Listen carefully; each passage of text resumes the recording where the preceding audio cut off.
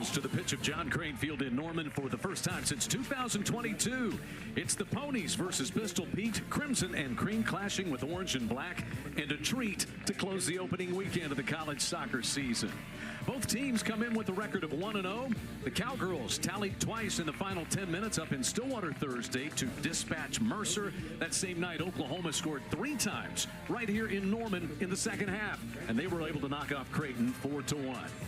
Great to be upstairs alongside Nick McMillan. I'm Chad McKee. It looks different. It feels different. And if you don't acknowledge that, you're probably not putting yourself into the right frame of mind. Why is Bedlam different, Nick?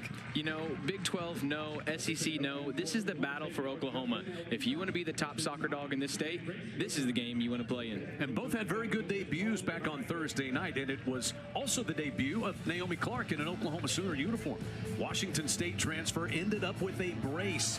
What did you think of her first start in a Sooner uniform?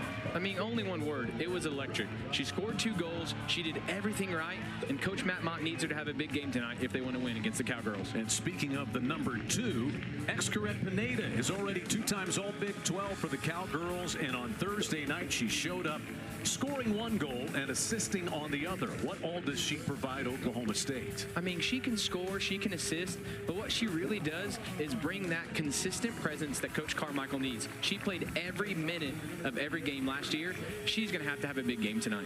The Cowgirls have the lead in the all-time series between these Bedlam rivals, but the last 3 have been very close. In fact, the last 3 decided by identical 1-0 tallies. We'll see if we have a close one here tonight. We're back to call Bedlam next on SEC Network Plus. I've been getting the win, and Colin Carmichael talking about his Cowgirls. He said still kind of figuring out combinations, and the right combination for them ended up being Excaret Pineda getting her foot to the ball on 2 corner kicks that produced 2 Cowgirl girls back on Thursday. We've got 88 degrees, mostly cloudy skies, and a south wind at 17 miles per hour. It honestly is not that bad. Had a couple of little pop-up thunderstorms that passed through the area. Those thunderstorms pass through the area, maybe cool things off a little bit as you look at Oklahoma head coach Matt Mott, 3rd season as the head coach here in Norman, the first time that he has hosted Oklahoma State. Previous couple of years, the games were either up in Stillwater or they were played at a neutral site, including Round Rock at the Big 12 Championship when these 2 teams were together and squared off in the Big 12. But 13 seasons as Ole Miss head coach prior to coming to Norman 3 years ago. Sooners clad in the crimson with the white numerals and Sooners across the front. Cowgirls are in the whites with OSU across the front and the orange numerals that are trimmed in black. Set to go on a beautiful night to close the opening weekend of the collegiate soccer season with Bedlam. First touch will be to the Cowgirls. Once again, they're happy to get Loudon Wilson back in there tonight. She was a little bit beat up going into the Mercer opener, did not play, and Colin Carmichael not wanting to rush her back, but she's good to give it a go here this evening. Just waiting on the signal from referee Brandon Gardner. We are underway. Bedlam Soccer for 2025. A lot of new faces out there for the Oklahoma Sooners. As many as 17 newcomers, and 14 of them saw the pitch back on Thursday night. Early throw in for the transfer Riley Brown, who came to Oklahoma from Washington. Played 79 minutes in the match against Creighton back on Thursday, most of anybody outside the keeper on the OU side. This will be chased down by Alexis Washington. So dangerous with the ball at her feet. Serving this one in. Nice feed. Michelle Pack sends it across, and it's footed in by the Cowgirls. It's 1-0 Oklahoma on what will likely be an own goal.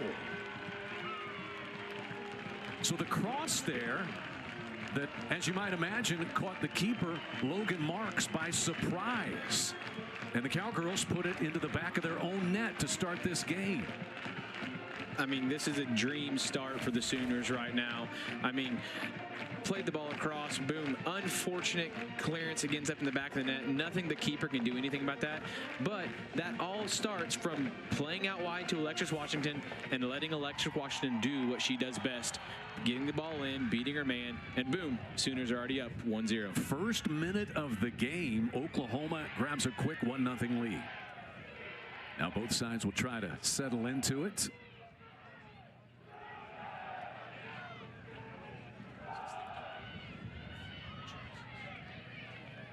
Little open space here for Ben Boydell. Out wide it comes. Pineda.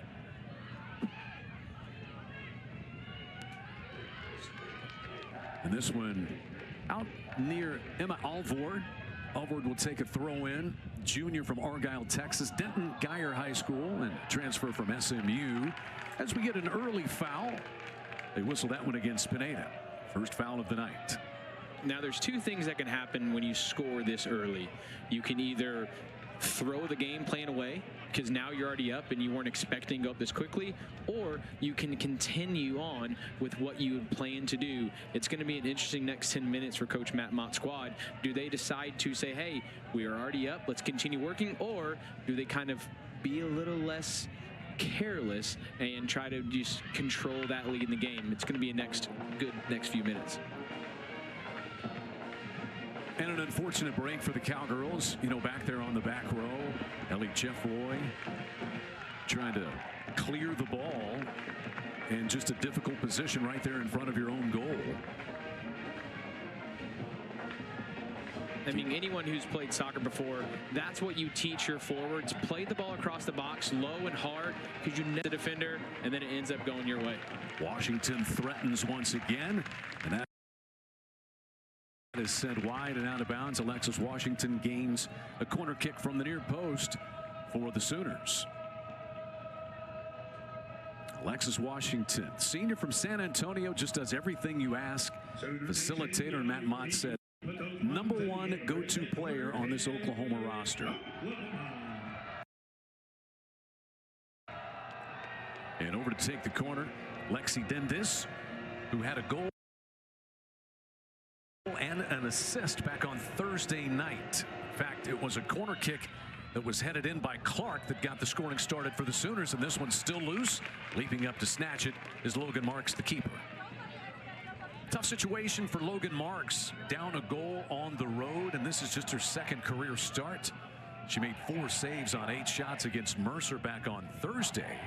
Cowgirls have also had Murphy Sheaf, who is a transfer from Kansas State and Jacksonville, and Caroline Dill in the running to be able to be the keeper, but it's Logan Marks who has grabbed the gloves and gotten the start the first 2 times out for Colin Carmichael and the Cowgirls.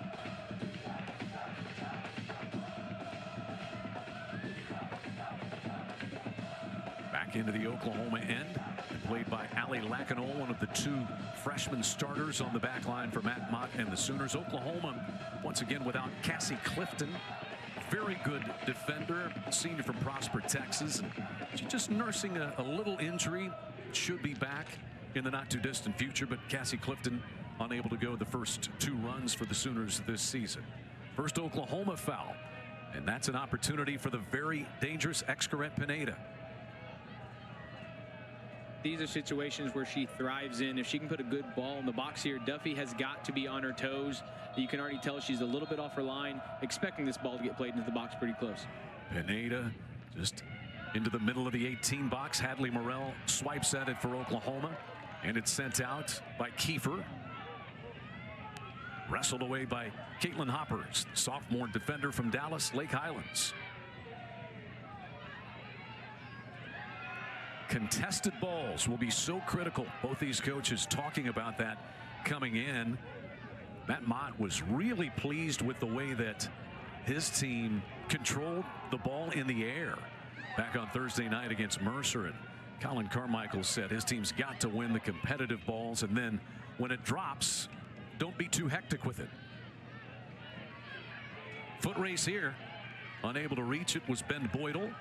And a throw in here for Riley Brown and the Sooners.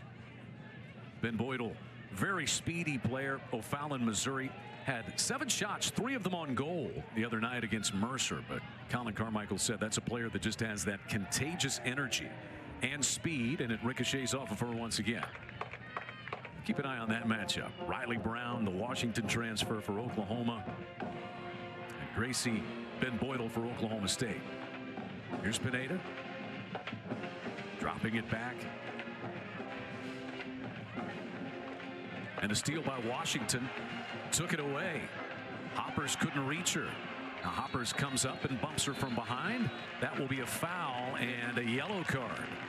So Caitlin Hoppers, and I think what it looked like, Nick, was the referee, Brandon Gardner, maybe let the first tug go because Washington got free, but the second little bump, he was not going to let it slide. One of the things I love about what Washington did there is that she did not stop after the first one. She continued to go, got a little bit more space, so now you've got a free kick in a more dangerous spot, but that's what Washington does. She beats the first one, and then they put him in a situation where you have to foul there. I mean, that's a smart tactical foul because that was 3-on-3 going straight to goal. So Caitlin Hoppers assessed the yellow in the early going. She's been playing at the wing back, was a fullback, but playing a little higher. That one skims Clark. It's touched just over the top and wide to the other side. And the whistle indicates it did go out of bounds, or did we have an offside call there, Nick? It was an offsides call, but it was very fortunate for OSU there. Naomi Clark was unmarked in the box. You could see the OSU defenders trying to scramble and trying to say, hey, who's got her marked up? She was very unfortunate not to get her head on that ball. You see here, no one was around her. If the ball was just a little bit placed better, then she would have had an open shot on goal. She's already shown through one match in the early going here that she is dangerous when the ball is in the air, is Naomi Clark. That's Clark able to get it out of the pack. Chased down by Lexi Dendis. Dendis one-on-one against Lee. At the top of the box toward Morrell. A good slide tackled by Loudon Wilson. This will be reached by Dendis. And she just serves it out of bounds up over the top of the goal. 1-0 Oklahoma. The Cowgirls put one into the back of their own net in the first minute of this game on a cross by Oklahoma's Michelle Pack. And there's Colin Carmichael, 30th season with the Oklahoma State program, 21st as head coach. Said that to him just the other day, and he said, well, you don't have to put it that way. 30 years sounds like a long time. But he said he never imagined that he would be at Oklahoma State this long. Credit to the success he's had and the support that he's gotten over the years. Oklahoma the aggressor in the early going. Morrell tries to drop that one inside, and just a little too hard on the connection there between Morrell and Kiefer. Hadley Morrell, a veteran from Prosper, Texas, 7 career goals, 3rd year as a starter. Just a really smart, attacking, distributing type of player, Nick. Yeah. I mean, everything she does right there, she did everything right. I think Hadley Morrell, I saw the pass that she was wanting to do. If she can control that a little bit, she's getting in the right situations because they've got the 2 girls up top, which is giving her a little bit more freedom. We spoke to Coach Matt Mott, and he was saying, hey, she's had to play almost every minute of every game last year. And so towards the end of games, she would just get a little tired. And so now they've got a few more players in, which is allowing her to stay fresh, which lets her see more opportunities for goal scoring chances. That's the biggest difference you see for Matt Mott's team, just the depth, the overall roster depth that they have? I mean, you look at just the first game. I mean, they had 14 new girls playing in that game. Now, of course, it was because they had 17 transfers, but he has a bench this year. And if you speak to Coach Matt Mott or anyone on his staff, that's one of the biggest things that they love. They love the fact that they can pick someone off the bench and there's never any drop in play. We have a foul and a yellow card handed to Riley Brown of Oklahoma. It is bedlam. We've already got 2 yellows that have been handed out here in the first 10 minutes of this one. And if that's a yellow right there that Coach Matt Mott is not going to be happy with, because yes, she didn't get the yellow for the foul. This is what she got the yellow for. Yeah. Boom. Putting it right into the dugout saying, hey, this is bedlam. We're up 1-0. It's going to be a rough night. And so, you know, at the end of the day, Coach Matt Mott right now is very upset, but I'm probably saying afterwards, he's probably like, hey, I don't mind that card right there.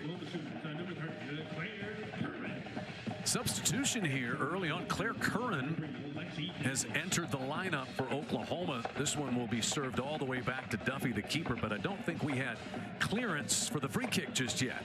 They were still trying to get all the personnel set out on the pitch. Now we're going to get a timeout called here by referee Brandon Gardner, just to get everything ready once again And then Loudon Wilson will take this free kick. Loudon Wilson, 15 assists in her first 2 seasons at Oklahoma State. First team All Big 12 last year. 5 goals, 9 assists. She is dangerous in situations such as this for the Cowgirls. Still a lot of shuffling about just outside the Oklahoma 18 box. Loudon Wilson awaits the go-ahead. Really uncertain why the ref's holding up play here. He's watching Brown and Grace Ben Boydell really do battle, the two of them. There's some pushing and shoving right outside the 18 box, grabbing and holding. All fair play, but that's who he's talking to right now, right there. I honestly feel like there's something more that's going on that we may have just missed. Must have been a check or of something, maybe some malicious play, but that was just for a routine free kick. That was just a little bit longer than what needed to happen. Pineda tried to back heel that one, and it's cleared out nearly and will go out. It'll be a corner kick, the first opportunity for the Cowgirls, who scored both of their goals on Thursday night off corner kicks. One of them, Pineda just put into the back of the far side of the goal. The other one, she was able to distribute it for a header that scored. And if you're Duffy there, you have got to be really upset because she was going towards that ball. The ball got cleared out right in front of her hands. Low driving cross that ricochets out. Handball. And there is a handball against Oklahoma. And a huge chance for the Cowgirls to get an equalizer. I'm interested to see where he spots this. Just outside the 18, it appears.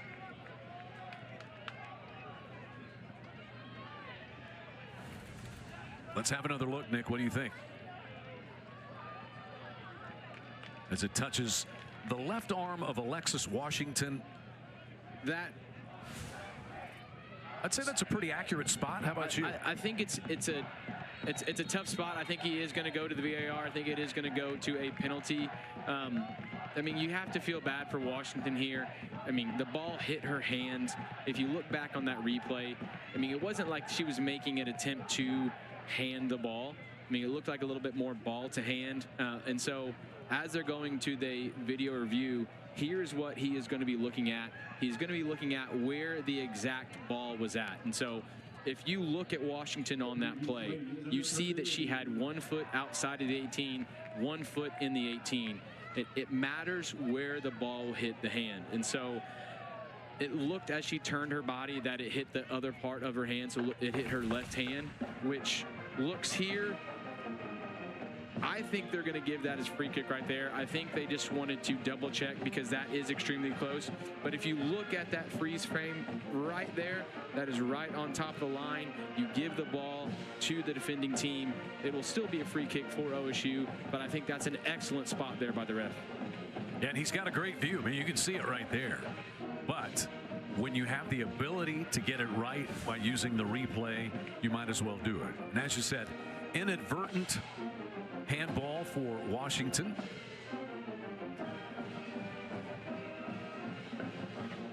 The video review that we have available tonight determine if a penalty kick should be awarded. And it's not a completely down the line view right there at the top of the 18 box. There's a little bit of an angle from the outside on that. But certainly anxious moments both ways. Matt Mott's Sooners getting a team goal. Cowgirls putting it into the back of their own net in the first minute of this game tonight. And you can see here, this is the kind of reaction you want if you're OSU. Put the ball in the box, make something happen, and you just hope that it's the best situation. It'll be interesting to see where the ball is lied by the ref. And I'm assuming with Coach Carmichael not being happy, I'm assuming it is going to continue with being a free kick. Brandon Gardner's, he's had his hands full already tonight, Nick. And I think, I mean, to start off, he did absolutely excellent. I think that's a great call. Because if you look back on that replay, if you see both of Alexis Washington's feet were outside of the penalty of the 18 box, which by rule states that she cannot give that penalty away even with it hit her hand. But still a golden opportunity. Pineda hits it, drives it, and it's home. We are tied at 1. So good in those set-piece situations. And Xcaret Pineda has tied this game at 1 apiece. I mean, you can almost call that a penalty kick. That was absolutely gorgeous. You see that play there. I mean, there was nothing that Caroline Duffy could do about that shot. I mean, the second she hit that off her foot, she knew that was going in. That hit straight side netting. What a beautiful goal, and what an amazing start we have here at Bedlam. Both goals really have been scored off of inadvertent mistakes by either side, and that happens in these big matchups sometimes. The Cowgirls put one into the back of their own goal, and then the Sooners with an inadvertent handball, creating that free kick that's driven home by Pineda. Xcaret Pineda, 6 goals last year, already 2 this year. Her offensive numbers are mounting through her Oklahoma State career, and she's tied this game at 1 apiece. Now who has the answer? Who gets the better of the next 10 or 15 minutes and potentially assumes a little bit of control? This is Claire Curran, transfer from Colorado in her first season at Oklahoma, and she creates a corner kick opportunity. Curran scored a goal for Oklahoma in their win against Creighton back on Thursday night. She's out of San Diego and mentioned 2 years at Colorado, where she scored 1 goal in 42 career matches, then scored in her first game as a Sooner back on Thursday. So the corner try comes from Sophie Moran, driving it in with the right foot, punched high into the air by Marks, and loose out front it comes. Morrell tries to strike it. It's deflected by the Cowgirls' Gracie Ben-Boydell. Morrell tries to swipe it again, and out it creeps for an Oklahoma throw-in.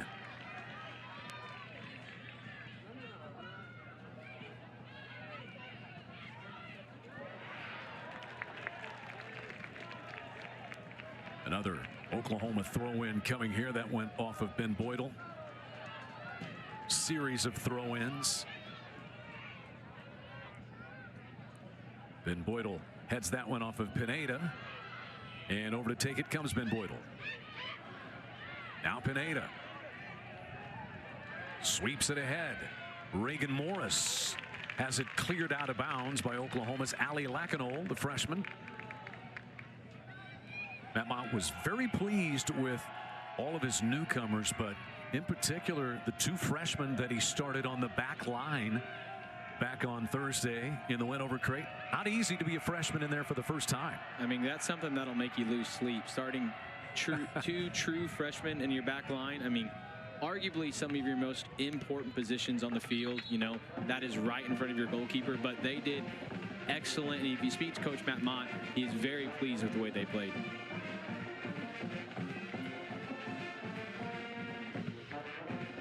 This one dropped off short, bounds off the foot of Moran. Up top it comes. Chloe Wright, clean look at it, tries to thread the needle there, and just barely shifting the wrong way was Reagan Morris. That was a near connection. That was a beautiful through ball there. Just really unfortunate. I don't think that she was expecting the pass to get played that way. If they would have connected there, she would have been one-on-one with the keeper. So things kind of settle just a little bit now, and the free kick, or the goal kick here by Caroline Duffy. She transferred to Oklahoma last year after 2 seasons at Duke. Had a very good offseason. She was the goalkeeper of the season in the USLW in Maryland. Washington tries to turn the corner. Start and stop. Stays on ball. Drives it across. Past Naomi Clark, but she will chase it down. Clark defended back there by Emma Alvord.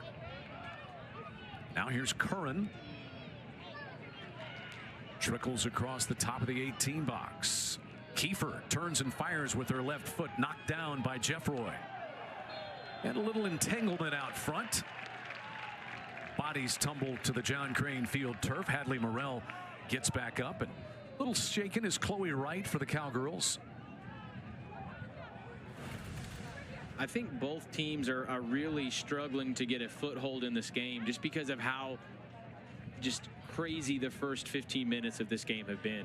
I expect here in the next 5-10 minutes for both teams to slowly start to settle down, but you punch after the other. It's a real battle, and that's, you know, you expect that in a game of this magnitude. Frenetic, right? just back and forth. And I'm interested to see here, Coach Matt Mott went over and had some words to say to Sophie Morin here. So I'm expecting there to be a different kind of free kick here taken. It will be Morin. Free kick try. Right over the top of the 3-player wall set up at the top of the 18 box, and she drives it too high. Sophie Morin, the transfer from UTSA, spent 2 seasons there with the Roadrunners.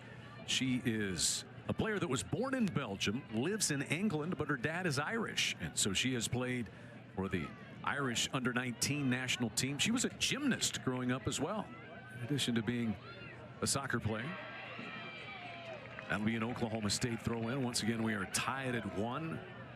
An Oklahoma State own goal or a team goal for the Sooners in the first minute, as the Cowgirls put one into the back of their own net. And then Xcaret Pineda, with her 15th career goal for Oklahoma State, has tied it.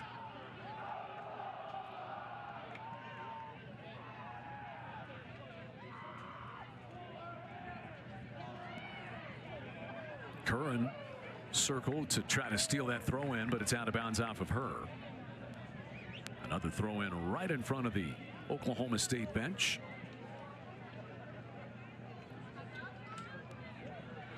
Alvord comes up to take the throw. Good centering pass here to Wilson. Very dangerous. Drops it back. Ben Boydell. And there's Duffy as the 2 Oklahoma defenders, Alexis Washington and Allie Lacanol, were able to close the gap, and Duffy was there. And if you look back on that, that is not what Coach Matt Mott wants on his defensive structure. Both of his 2 freshman defenders there just slowly started to absorb pressure. But there comes a point in time when you're on top of your own 18 where you just have to step. And what happened there, it allowed the OSU player just to continue to carry the ball through, and she almost got a beautiful pass in for a shot on goal. Pack serves this one over toward Alexis Washington. Washington marked by Caitlin Hoppers, sophomore defender. Steamrolling through the center went Washington, but taken off the ball there by Chloe Wright. Attempted service by Naomi Clark, who gets it back. This will be headed away to the foot of Riley Brown. Here's Curran, marked by Alvord, sending it across.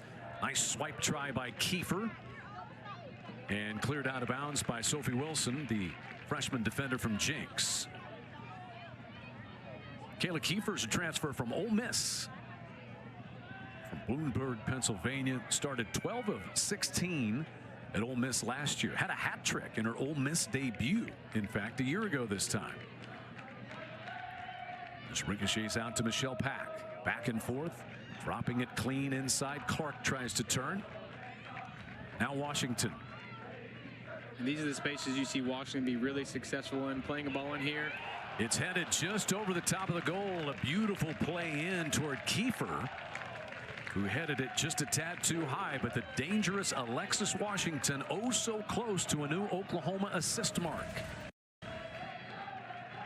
And if you speak to Coach Matt Mott, Kiefer has one of the highest jumps on the team, and so seeing her back post right there, she is so unfortunate not see the ball hit the back of the net. One apiece here at John Crane Field. First 18 minutes have been exciting, as you would expect in Bedlam.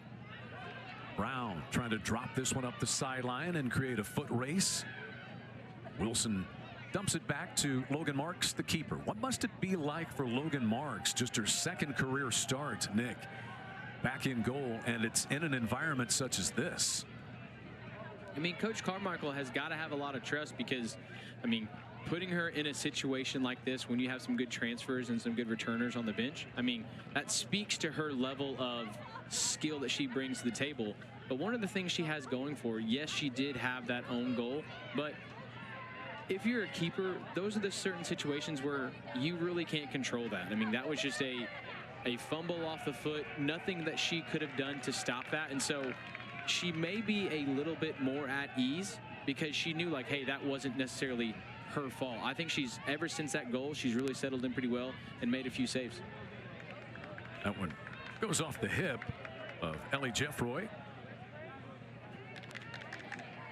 You know, Ellie Jeffroy, who started her collegiate career at Oklahoma, is amped up for this one tonight. Her third season at Oklahoma State after the year here in Norman. Big part of the back row for the Cowgirls. Played all 90 minutes against Mercer back on Thursday.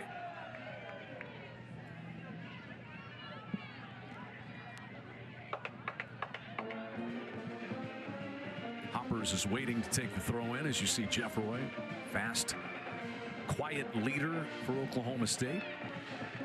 This one wrestled away by Pineda. Trying to shoot the gap toward Reagan Morris. And alertly coming out comes Duffy, because Ben Boydell was going to win that ball and threaten the Oklahoma goal.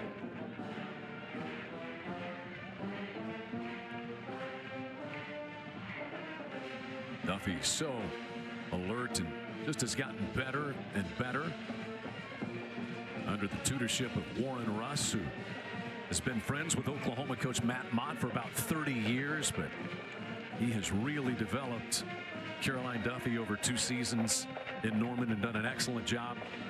She was 4th in the SEC in saves last year, made 6 more against Creighton.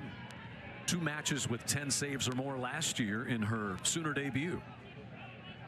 I mean, she was so big last year. She just gave that calming presence to the OU back line, and she's definitely doing that now with having 2 freshmen starting back there. But one of the things I would like for her to do is just be a tad bit more vocal.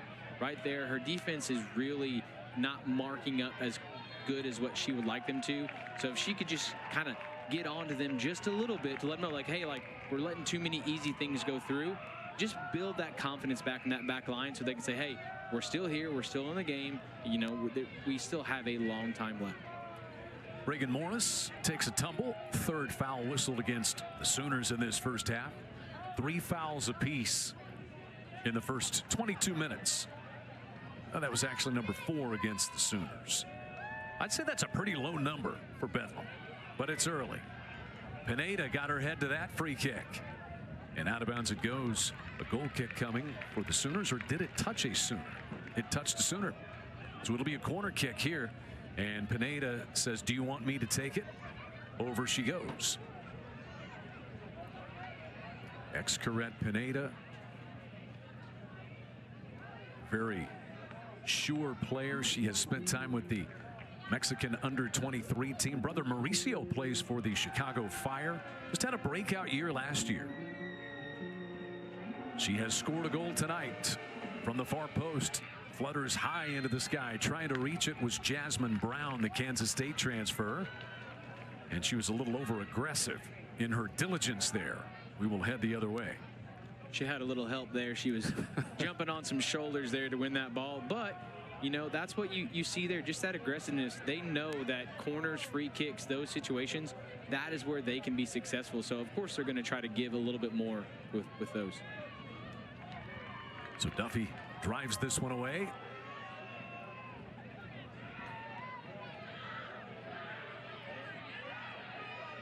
Ping-ponging back and forth and down to Michelle Pack of Oklahoma. Brown, good skim header toward Washington, who's free. Washington tries to drive it in, deflected on the backside by Jasmine Brown, and out of bounds it goes. Nice little skimmed header by Clark to find the foot of Washington, Nick. Clark has definitely been all over the field this game. I mean, she's still this game against Creighton. But one of the things I would really want her to do, yes, she had that skim header. Yes, I just need her in the box more. You know, Alexis Washington, you know she's going to beat her man down the line and try to play that ball in. That's the point of having that 3-5-2 where you've got 2 attacking players in the box at all time. She just needs more options. So that way, if we miss Kiefer on the front post, you can have Clark in the back post. But already a much better start from the 2 strikers on top for the Sooners. We had the chance to visit the other night after the Oklahoma win with Naomi Clark. 2 goals, a brace in her debut, and she almost seemed relieved, as though she felt like she would have success and that it could come early. But to get 2 goals in your first game on a new team, that had to be a big relief. You know, one of the things when we spoke to her, one of the things she mentioned and she just kept on touching on was the faith that Matt Mott and his staff gave to her. Coach Beebs, Coach Jessica, Coach Warren, every one of them she mentioned saying, hey, they just believed in me, and it gave me all this courage that I could go and continue to be great. And so she is definitely seeing the rewards of their faith. Landry Feaker has entered the lineup, the third former Jenks Trojan teammate to play in this game. 2 Cowgirls and a Sooner, both from Jenks High School. Here's Pineda. Left-footed strike. Duffy knocks it down and plays it on a hop.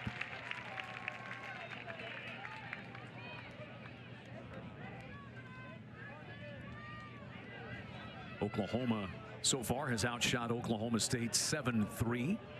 2 saves by Duffy and 1 by Logan Marks for the Cowgirls. Aggressive header that time as Ellie Jeffroy, maybe a little too aggressive, came over the back of Kayla Kiefer, registered a foul, and is shaken.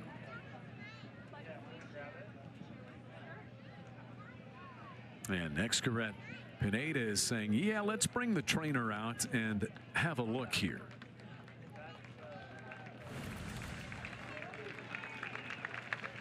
And about the time the trainer got midway out onto the field, the fortunate news is Jeffroy popped up, and now she's back defending. You hate to be the trainer in those situations because you just see the ball hit the head, and so you're nervous to go out, and then you just see him pop back up, and you've already ran halfway across the field. And so, I mean, that's just with any athletic right there. Duffy, the keeper, comes out, takes the free kick, and we've got an injured Cowgirl, and very quickly referee Brandon Gardner is signaling for the trainer.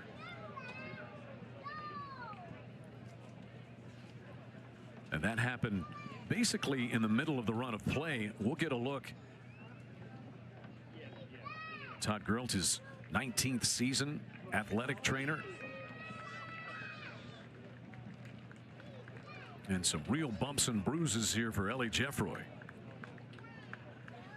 But fortunate she's been able to get up and walk away from. And looks like we may have a hydration break here. Looks like a hydration break with a VR review there as well. I'm not certain on what the review is for. It may have just been for the scrum in the box there. So there is the early goal let in by the Cowgirls. Chloe Wright back there defending, got her foot on it and to the back of the net. And then the goal by Excaret Pineda that tied it 1 apiece. 19 minutes to play in the first half in Bedlam. We were in the hydration break, the VR replay that was undertaken there by Brandon Gardner. And Nick, what did you see? We had a chance to look at it during the break as well. What do you see? It looked like just a coming together there, nothing intentional. I mean, you have 2 players battling for the ball. I mean, looks like she just takes a little knock there. So I think that's a great call by the ref there, Brandon Gardner, just to kind of let that play, drop ball back to the keeper, and we play on.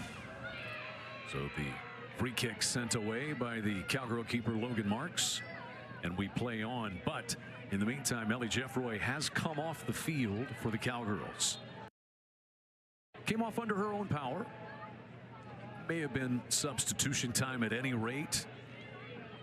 And she's taken a couple of tumbles here in the middle stages of this opening half. There's Sandrine Brault, freshman from Quebec, Canada, who has entered the lineup. Foot race for this one. Alexis Washington reaches it for Oklahoma. Hoppers watches her. And you can already see how important Washington is. There's 3 Oklahoma State defenders around her. And so they know that when she gets in that wing area, she is going to cause trouble. And a goal kick coming here for the Cowgirls. Alexis Washington, not a super vocal player. And Matt Mott says when she speaks, she is always spot on and always has her teammates' full attention. And it is earned. Excellent career, 9 assists as a freshman in 2022. That was Oklahoma's single season record.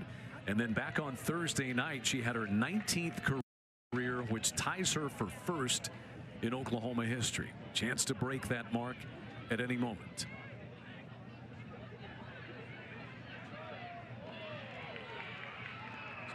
Late half substitutions. Chloe Joseph, they call her CJ, is in there for Oklahoma State on the back row. Cowgirls will get a throw in here.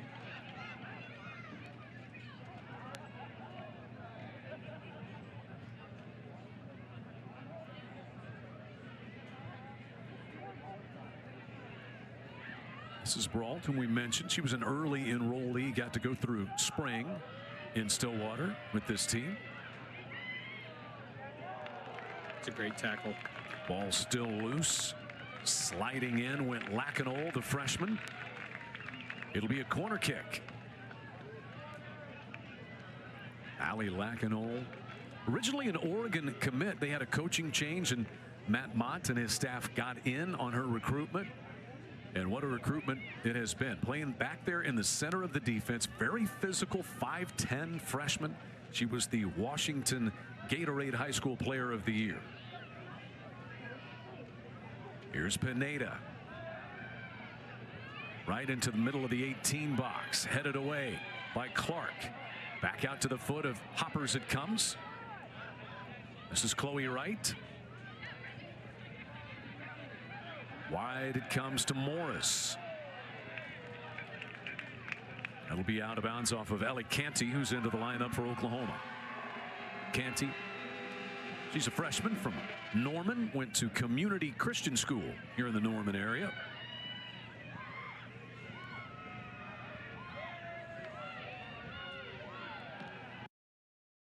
This back, and Joseph will chase it down, or will she? She will not.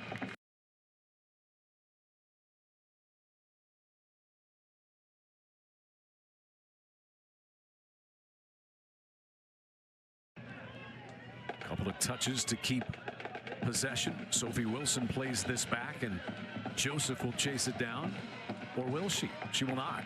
It'll be an Oklahoma throw-in. And if you're OU, that's exactly what you want right there. You see OSU trying to call for another handball on Alexis Washington. That looked like just the same as a ball to hand. Nothing she could have did there. But when you're OU right there, that errant ball getting played, they just need to calm down a little bit. I think that they're not connecting as many of the passes that they are needing, and they just need to, I think after the water break, I think OSU came out with a little bit more aggression. And I think now that OU's made some subs, we'll see them slowly start to work themselves back into this game. That one jarred free from Kiefer. Loose out front, cleared by Chloe Wright. Sent back in by the Sooners' Allie Lacanol. Long ball, trying to go over the top toward Ben Boydell. And Duffy, the keeper, will just send it away for the Sooners. Under 15 minutes remaining here in the first half. Once again, the Cowgirls put one into the back of their own goal. Looked like it went off the foot of Chloe Wright in the first minute. Tried to clear one. So a team goal scored for Oklahoma. Inside the Oklahoma 18 box. Drove it into the back of the Sooner net in the 10th minute. We are tied at 1 apiece. And Brown clears that one. Throw in for the Cowgirls. There's Riley Brown, the senior from Tucson, transferred to Oklahoma from Washington. Another corner kick coming here for the Cowgirls. Their 5th corner of this opening half.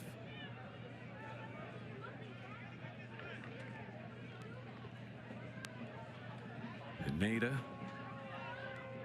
from the far post. Huge entanglement of bodies near the top of the 18 box. Drives it over the top of everyone.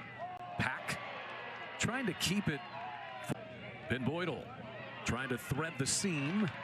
She was trying to work that ball to Feaker, but instead it was Allie Lacanol, the freshman, over alertly to clear it. And that's what happens when you have 2 girls up top in that 3-5-2 formation that OSU has. They're pulling the defenders out, and they're just kind of getting lost with the amount of bodies that are up front. And so OU has really got to kind of see if they need to adjust that at halftime, because that pass is getting played almost every time that OSU has a chance to go forward. And that one was driven off of Pineda by Drew Legan, a freshman. Sooners will take a throw in.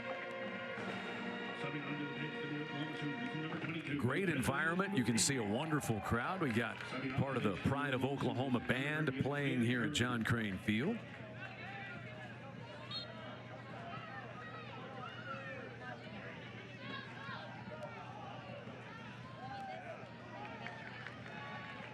Oklahoma State throw in here near midfield for Caitlin Hoppers.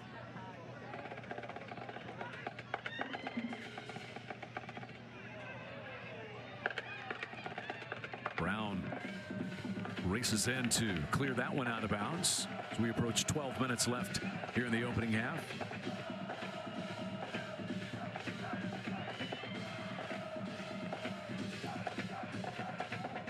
Here's Pineda.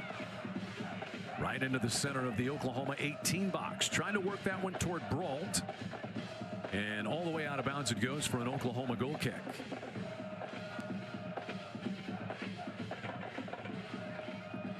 Duffy will take it. She's one of the real leaders on this team, a captain. Duffy and Hadley Morrell, Alexis Washington, leaders on this Oklahoma team. We have a leadership council, and that so much helps during the offseason with teammates keeping track of teammates, checking in on them from time to time when they can't be together.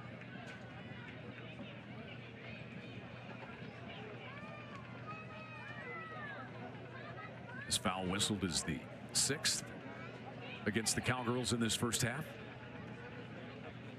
And Matt Mott having a word here with Ellie Canty. Canty was a prolific high school scorer.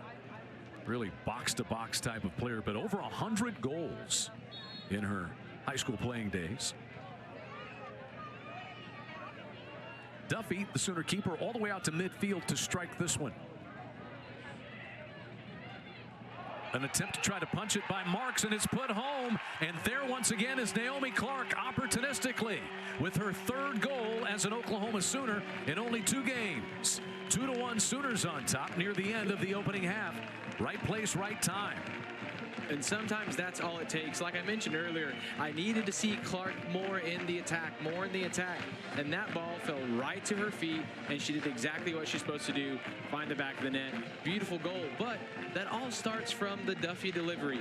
Duffy did everything right. This was something that if you speak to anyone on the OU coaching staff last year, they wanted to use her ability to play the ball in, and she has an excellent delivery, and there's almost nothing that you could have did there if you're the OSU keeper. A little bit unfortunate the way that she comes out, but beautiful goal there by OU. So the VR review now once again by Brandon Gardner, who's had a busy opening half. What do you suspect he's looking for here, Nick?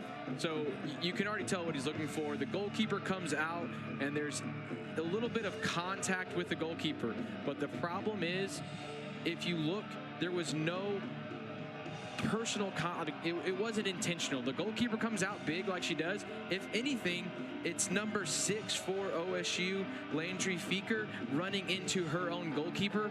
I don't see really any malicious play there. If you really look at back, Feaker was the one that kind of impeded Logan Marks on the way that she came out. I think this goal is going to stand. I think OU would be very harsh to have this goal get let out. And what a weapon, just as you alluded to have a keeper that can come out and from midfield hit a ball like that, Nick, for so many reasons. You know, number one, you've got another attacking player potentially up there in the box on plays such as that. And Duffy's leg factors in. She will get an assist on that. I mean, I think Brandon Gardner, the head ref here, is really looking to see if there was any malicious foul play. I mean, when you really rewatch it, the closest Sooner to the ball at that moment was Luciana, and I don't think she was really, she's looking at the ball the whole time. She's not backing up. It wasn't anything intentional. I think this goal will stand. Luciana Seducate back there as well. She gets an assist, just as you said. She was up there trying to contest for that kick taken by Duffy. So 3 goals this year already for Naomi Clark, who has 7 in her career. But 2 games as an Oklahoma Sooner and 3 goals, and she has the go-ahead for the Sooners. The 35th minute here in the opening half.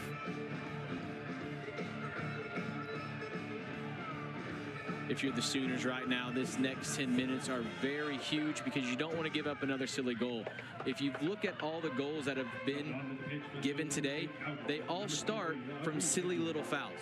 A little bit unfortunate with the own goal, the handball potentially on top of the box, and then right there, another silly foul on top of the half, and OSU didn't think anything would happen from it. Boom, you have Duffy playing the ball in. So for the next 10 minutes for both these teams here, they have to say, hey, we've kind of weathered the storm on both halves. We have to kind of play this game a little bit cleaner.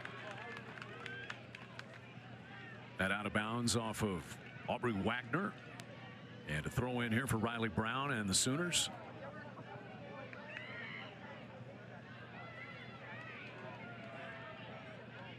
Back the other way. And Sophie Wilson clears this ball out of bounds. An Oklahoma throw in coming.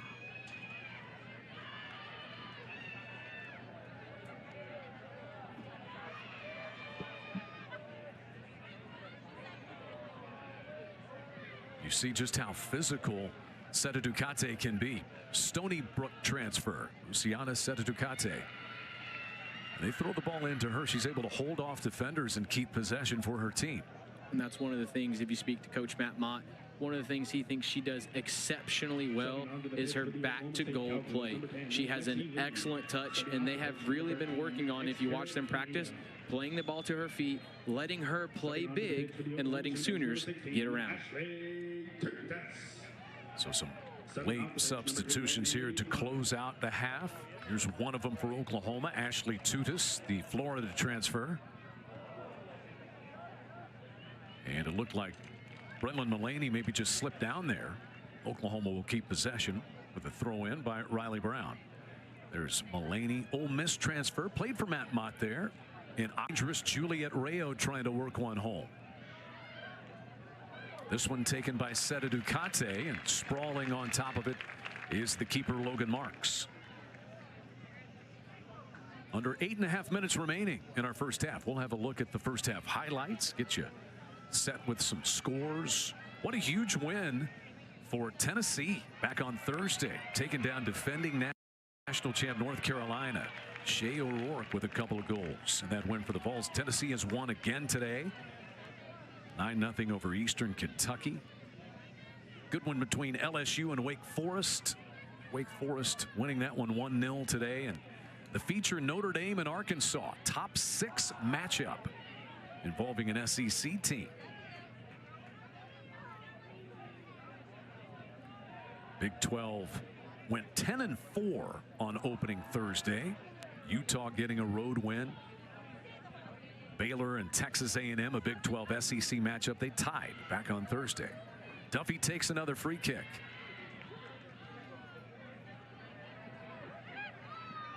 Aubrey Wagner out of the pack with it. Cowgirls will maintain it with a throw in.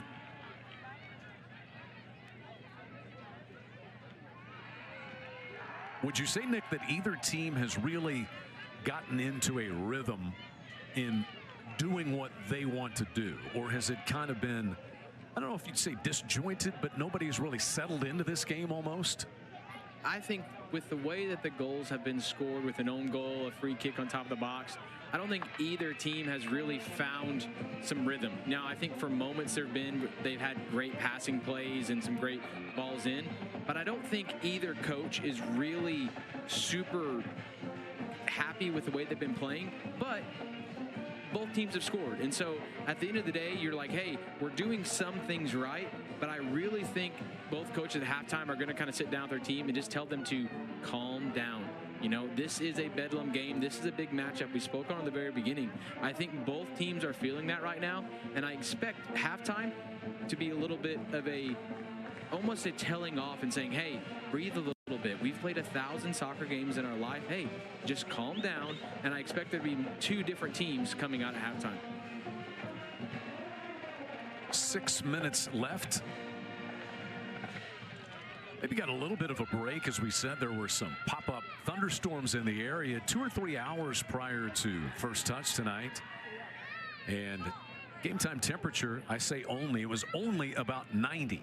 But, you know, that's a little bit of a reprieve from the 95, 97 degrees that we've had. We had cloud cover. It's a little overcast as the sun sets here tonight. So, hey, it has been hotter recently than it was for this one. Alexis Washington over to play this one for Oklahoma. She's played every minute of this opening half. Gets the deflection back. This is Brenlin Mullaney working her way to the corner, but fended off and defended well there by Sophie Wilson, the freshman. Sophie Wilson's sister, soccer at Oklahoma State. I mean, that's excellent defending there, stepping her body in front of the defender Mahaney there. I mean, there was nothing she could do. If you're trying to teach someone how to defend an attacking player going into the box, that is just a picture-perfect example. Beautiful defending there by the Oklahoma State defender.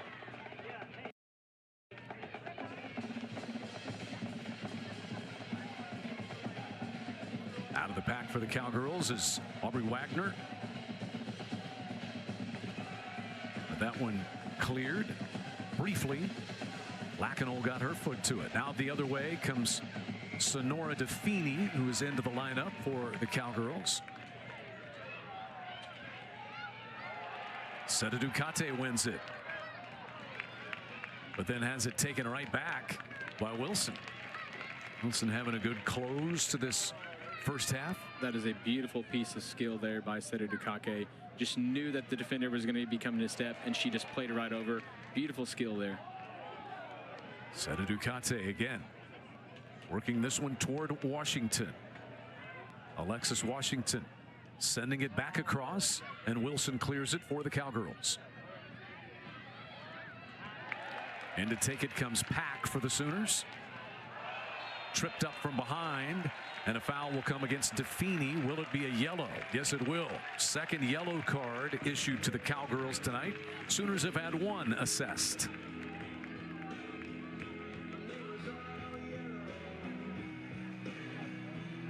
I think if you're Coach Carmichael, you are really not happy with DeFini there. She gets her pocket picked a little bit. She gets the ball stolen from her, and they're going towards goal.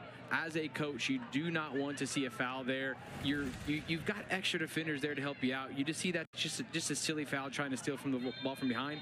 And to be honest, she actually did get the ball, but she actually went through the player to get that ball. Rayo has the corner, and the loose ball is converted upon. The Sooners have taken a 3-1 lead.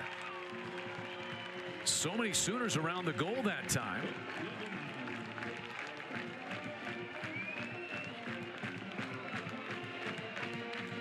Ali Lacanol in the right place at the right time.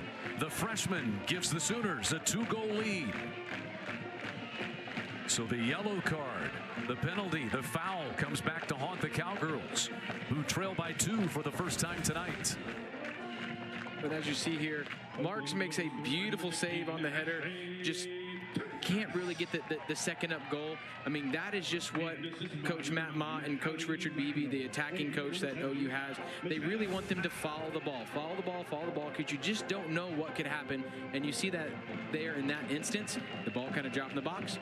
Boom, another Sooner goal to get us up. It's actually Ashley Tudis who gets the goal. So Ashley Tudis, redshirt junior from Palm Harbor, Florida, back from an ACL tear of a season ago and transferred after 2 seasons at Florida. It was Lacanol who got her head on it to start with, and off the deflection by Marks, Tudis was there to put it home. So Ashley Tudis, good to see her just healthy, getting the chance to play. And in these late first half minutes, she's able to get the goal for the Sooners. Lacanol got her head to it, but it's Tudis who gets the goal. And Ashley Tudis' sister Alyssa is also on this Oklahoma roster. The Oklahoma Sooners at number 14, Kiki Smith. Subbing off the pitch, number 12, Alexis Washington. Alexis Washington's going to get a break here late in the half for the Sooners. Kiki Smith is on. This is Kiki Smith, in fact, firing one right over the top of the goal. Well, why not? You get in there and give it a shot, right, Nick? Hey, the confidence to get right in and say, hey, you know what? I'm going to take a shot on frame. I mean, confidence is buzzing there with OU, and if you're OSU, you've really got to say, hey, we have to get into halftime. That is what you're trying to tell your team. Hey, you've got 2 minutes. We can't let another goal in, because 2 goals are very easy to get back. 3, you're putting yourself in a really sticky situation going into halftime. Under 2 minutes left in the first half. 3-1 Oklahoma on top. This ball is headed away by Jasmine Brown.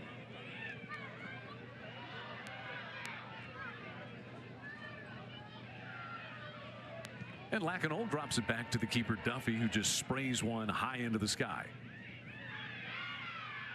An own goal by Oklahoma State started the scoring. 1-0. Then Xcaret Pineda scored for the Cowgirls to tie this game at 1 apiece. Naomi Clark and Ashley Tudis have scored the last 2 tallies for the Sooners to have this 3-1 lead.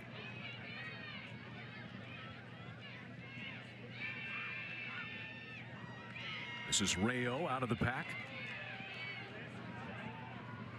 Juliet Rayo. With under a minute left. Rayo threads the needle. And it's just a little too far out in front of Brennan Mullaney. So Brennan Mullaney couldn't quite get there. That was a beautiful passage of play there. Rayo wishes she could have that ball back because Mahaney was in acres of space there. If she just would have took a little bit off that pass, we would have potentially saw another Sooner goal.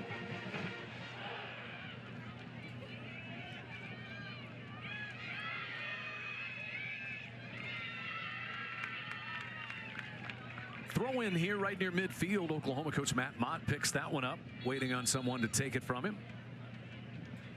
And Oklahoma just pretty content, I think, to let most of this time run out. And the Sooners with a 3-1 lead in the final 10 seconds of the opening half.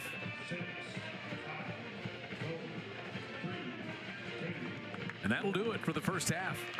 This game was tied at 1 apiece, but Naomi Clark has scored her 3rd goal in 2 games as an Oklahoma Sooner, and Ashley Tudis has added her 1st goal as an Oklahoma Sooner.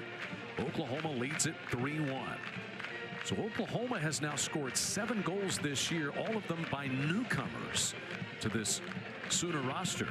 And the Sooners have a 2-goal lead headed to the halftime locker room. Oklahoma State head coach Colin Carmichael, kind enough to join us from down on the field. Coach, a 3-1 deficit. What adjustments do you feel like you need to make headed into that locker room?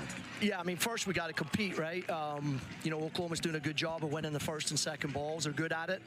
Very physical, very dynamic. So we have to fix that. Otherwise, it won't really matter what else we do. So that would be first and foremost on our agenda. Coach, you're having a lot of success up against the Sooners back line since you have those 2 attacking people up top. Is that something you're going to try to continue in the second half, or do we need to switch something up in the midfield? Well, I mean, like I said, we got to win. We got to win more of the ball. It's hard to launch attacks when you don't get the ball enough. So that's the first thing. But yeah, I mean, we can't really switch too much up and defend better because we're down 3-1. If it was 2-1, you might tighten things up, but we got to probably go for it and try to get the next goal. Okay, Coach, we appreciate it. Thanks so much. All right, thank you. That is head coach Colin Carmichael. His touches and is on the ball more for them in the second half, Nick. Yeah, she has got to find spaces of opportunity just to be on the ball. If you rewatch that first half, you just saw when she was on it, kind of pulling the strings, OSU were really successful. And so if I'm Coach Carmichael, I'm saying, hey, find our playmakers, let's make something work.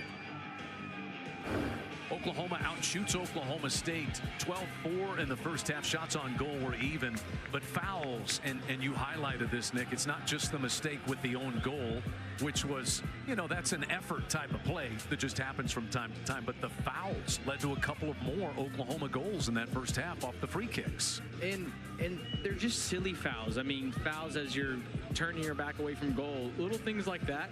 But when you start to add those up, those are the ones that are going to be the most costly. It was off of a free kick by Oklahoma keeper Caroline Duffy from midfield that Naomi Clark scored, and then Ashley Tudis off a deflection off of another free kick scored goal number 3. So things are winding down as far as conference play is concerned for the SEC, and of course still these great non-conference matchups. Tennessee with the big win back on Thursday night over defending champion North Carolina. Still Texas and Long Beach State yet to go, but many finals. LSU loses a tough one to 10th ranked Wake Forest. Vanderbilt with the win, and the marquee matchup, it's close between the Razorbacks and the Fighting Irish in that top 6 matchup, but Notre Dame on top 2-1 as they near the conclusion of that one. Fans have been into it. As you heard Matt Mott, the Oklahoma head coach, mention just a couple of moments ago. Great crowd. And Sooners are amped up. But it's 45 more minutes.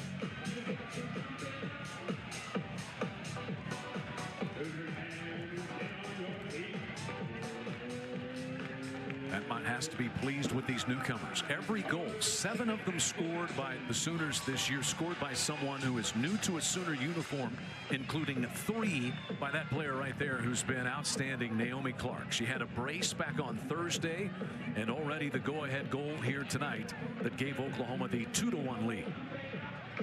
I mean, if you spoke to Coach Matt Mott, one of the things he was worried about this season is who is going to score for them. I mean, they lost so much attacking presence last year, and I think he's found a little bit of help at the start of the season. Oklahoma State, you know, they had their keeper, Grace Gordon, who was an All-American type player. She's not with the KC Current, in fact, but Grace Gordon replacing her. And not that it's necessarily been Logan Marks at fault for giving up the goals here tonight, but there's communication and replacement. And there's a great save by Logan Marks to start the second half as Lexi Dindis was closing in. Maybe the best defensive play made by Marks so far tonight, Nick. And if you're Dindis, you want that ball back, because that was a beautifully worked play there by the Sooners. Playing the ball in, Naomi Clark plays the first one in, had a touch off of Hadmi Morrell. And if you're Marks, that's one that you are going to lose sleep at tonight, because that is one to put you up with it to 4-1. Some of the late half substitutes get the start here in half number 2. You see Chloe Joseph out there for Oklahoma State. What a great touch. But up to the task is the sophomore keeper Marks in just her second career start.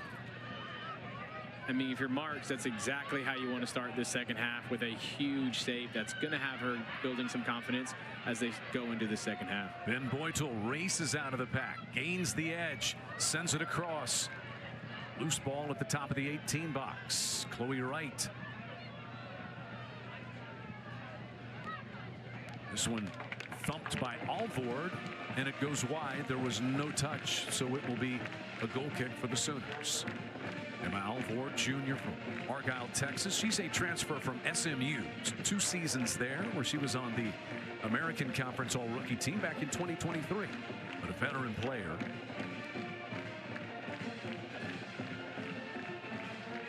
First season in Stillwater with Colin Carmichael and his staff.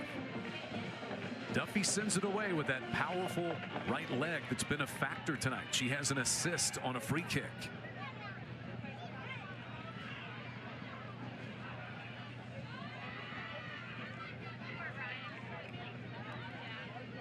Loudon Wilson, who was able to go tonight, turns here for the Cowgirls. She missed the Mercer matchup back on Thursday. Wilson trying to work this one to the end line, and Ben Boydell, who hits it, and it goes off of the side of the net and out of bounds. Decent look. Ben Boydell so speedy and so dangerous for Oklahoma State. That was a beautiful ball in there by Loudon Wilson. She wishes she could have that back. She just put a little bit too much there, but you saw what she brings to the table. She beat 2 or 3 Sooners right there, and if she can just play a little bit softer of a pass, then you've got Ben Boydell with a better shot on goal. Contested header at midfield results in a Cowgirl who's still down and a Sooner who's still down. That looks like it's Chloe Wright. Very slow to get up, and I cannot tell which Sooner this is. Chloe Wright is trying to gather her senses. And I'm not sure that the injuries both happened in the same area. I think there were two different spots on the field. Yeah, I think there were 2 separate instances there. That's Drew Legan for Oklahoma. And Grace Baker, the Oklahoma trainer, out there. I think for Drew, getting hit goes in the family, so I think she's used to having a hard hit.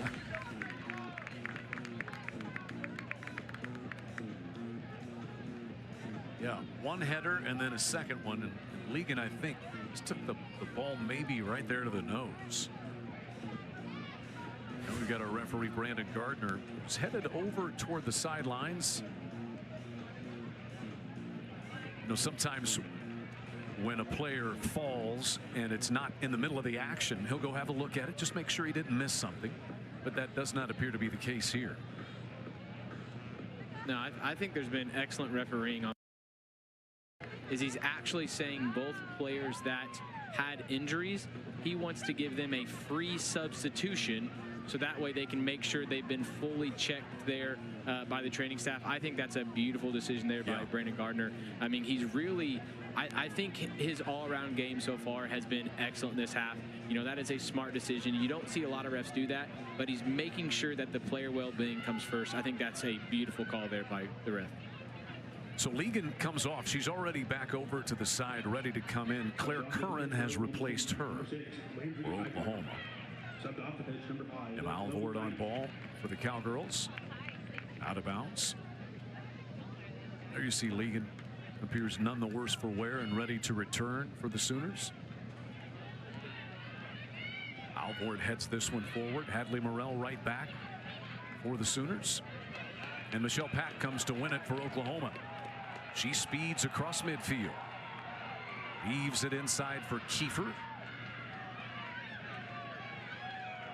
And back to play it comes Morin for the Sooners. Here's Curran, who just checked in.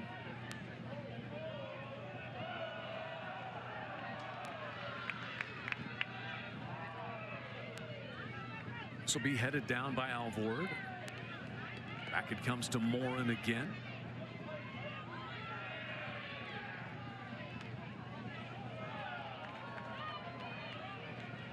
Back and forth, just not consistent touches either way. Morin wanted to send that one forward. Instead, Chloe Joseph reaches it for the Cowgirls. And now Joseph clears it. Says, let's just kind of reset things. There's Chloe Joseph out of Laval, Quebec, Canada. Her parents are both Haitian, so she's taken part in activity with the Haitian under-20 women's national team. You see Wright back in for Feeker right there. She looks okay, and Legan is also back on for the Sooners. Yeah, even though they missed a little bit of time there, I think that's, I mean, that's what I love to see as refs, really making sure the player well-being is being smart. And a lot of times refs get a lot of stick for that because they really, you know, they may be taking a really important player out of the game, but player safety has got to be on the forefront. I mean, I am really pleased with that reffing decision. Corner kick coming here for Oklahoma. It'll be the third corner of the night for the Sooners, who lead this one 3-1. And over to take it is Lexi Dendis, the Middle Tennessee State transfer. Had a goal and an assist in Oklahoma's opener back on Thursday. Left-footed strike all the way across. Morrell chases it down for Oklahoma and plays it right back in. And out of bounds it goes. Now about 6 minutes into the second half, we've had no scoring. I think by this time in the first half, we had 2 goals and 2 yellow cards. I mean, it's the play has kind of calmed down a little bit without as many goals, but you still see just the same type of energy that both these teams are bringing. One of these teams, if they really want to put a foothold in this game, has got to just control the ball. Start connecting 2, 3, 4 passes. As you can kind of see here, it's just really sloppy from both sides. The team that says, hey, we want to connect 2, 3, 4 passes is the team that's going to be successful this second half. Riley Brown playing that one forward for Oklahoma. Now Clark able to connect with Morrell. Behind Kiefer, who's able to catch up to it. Kiefer open on the left flank, sends it across, deflected. Back it comes to Pineda. What a hard tackle that was, and just an aggressive play. The kinds of things that have earned Kayla Kiefer lots of playing time. And that's what Kiefer brings to the table. She just brings that kind of grittiness of saying, hey, I may not be the one to win the ball, but I'm going to try to go win it back. And she's excellent going forward, and so she brings so much to the table. The Sooners coaching staff are really high on her. I say that she is a non-stop kind of a player. Played 39 minutes in the first half. She was on that SEC preseason watch list this year. Difference maker so far, the Ole Miss transfer.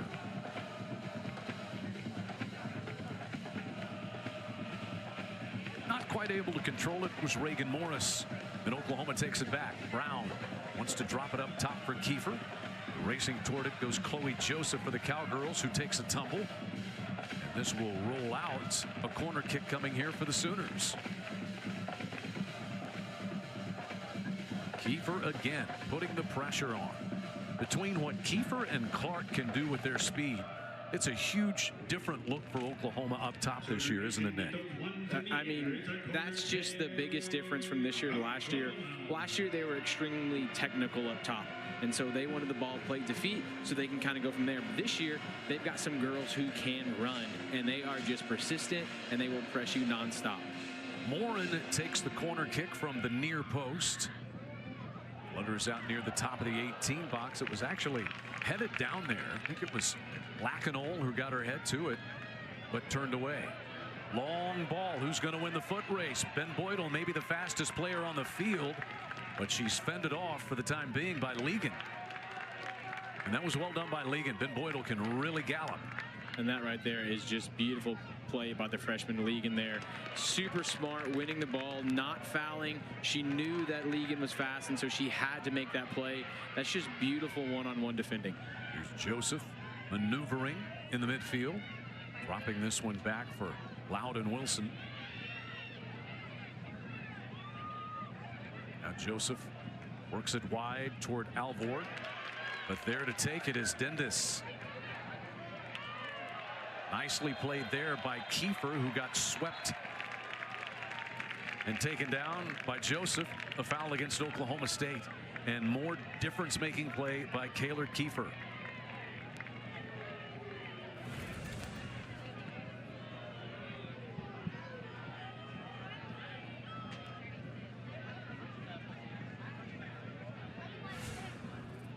That is foul number 9 issued to the Cowgirls.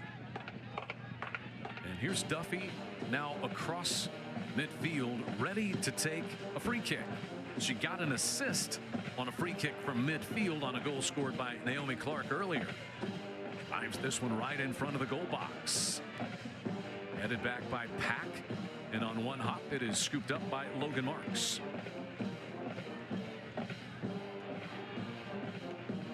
And one of the benefits you don't talk about by allowing Duffy to play that ball, not only do you get more attackers into the box, but what it does is it allows you to maybe put 1 or 2 defenders back still, so that way you're not getting countered. One of the things last year that OU really struggled with is that if they would lose that first ball, they would quickly get countered. But this year, having Duffy play all those balls in that are close now allows you to keep 1 or 2 girls back, and so you cannot get countered. I think that's a huge benefit for the Sooners this year. Difference maker is Duffy. She had 10 wins in goal last year for Matt Mott and the Sooners. Oklahoma is just a win or 2, a 1-goal game win away from an NCAA tournament bid last year. Oklahoma State making it. Cowgirls number 22 in the country coming into the night, so it would be a top 25 win for the Sooners if they can hang on. This one gathered in by Hoppers and on the back side of this play. Brown is going to send this one on back to Duffy. Time the ally of the Sooners now. 33.5 minutes left. Clark heads this ball forward for the Sooners, but Wright takes it for the Cowgirls. Here comes Wilson. If I'm Brown on that goal kick right there, I'm really asking for the ball back. They did everything right. They kept the ball. They won it. They took a little time off the clock. And if you're Duffy, you've got to be telling Brown to say, hey, step out a little bit so then we can keep having the ball rather than trying to play it forward.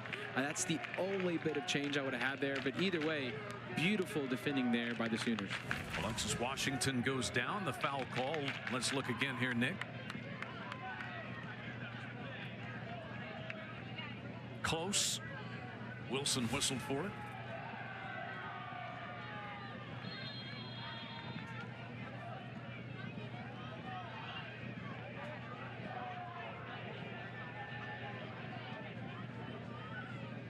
Duffy driving this one toward the goal, and in fact right into the arms of her counterpart Logan Marks. I think Duffy would like to have that one back. She played it a little bit too close to the near post there. You saw that Kiefer and Clark were both backside. I think that's what they're aiming for since they've had so much success so far in winning all those headers. A lot of adrenaline in that one sent by Duffy. And a foul call in the middle of that contested header. Let's see who they get for this one. Maybe Sophie Morin.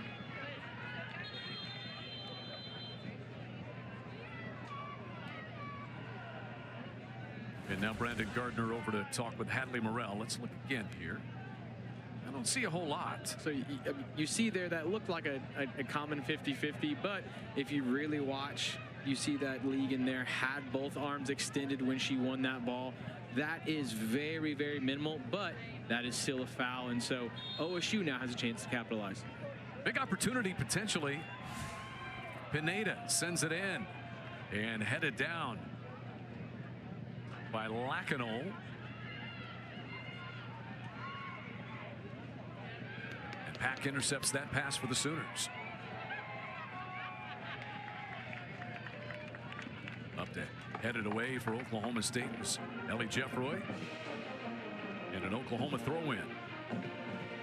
Jeffroy out of Andover, Kansas, mentioned that she started her career at Oklahoma, played 19 games, and then the Sooners had a coaching change, and she went into the transfer portal, and Colin Carmichael and the Cowgirls knew of her. She played club ball in Oklahoma City, despite being from Wichita.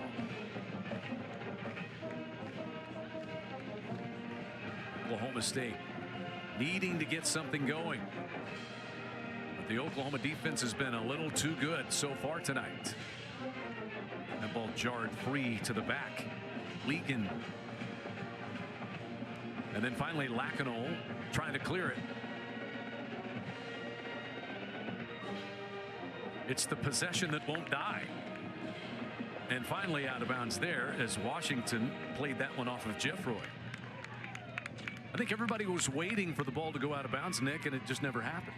Yeah, I think Leigman is really wanting Duffy to come out and collect that ball. There's been 2 or 3 times this half in this game that she has just been hesitant in going to collect that ball. I think at the end the Sooners did good to not lose that ball, but if OSU continues to be persistent, that's one of those they can steal, knowing that Duffy has been a little bit too close to her line.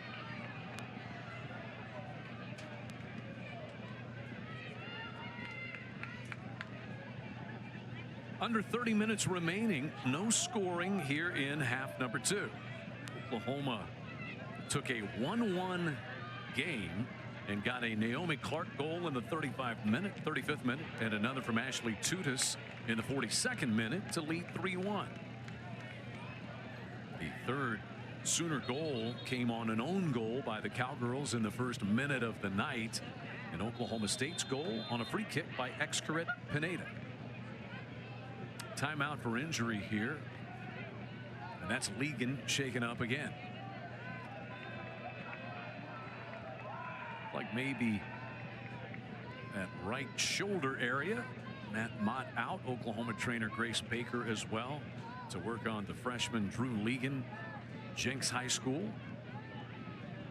Wanted to play at Oklahoma, just like her uncle Teddy, who was an All-American and Butkus Award-winning national champion football player. She wears 11, just as Teddy did. And Teddy's in the crowd tonight watching his niece.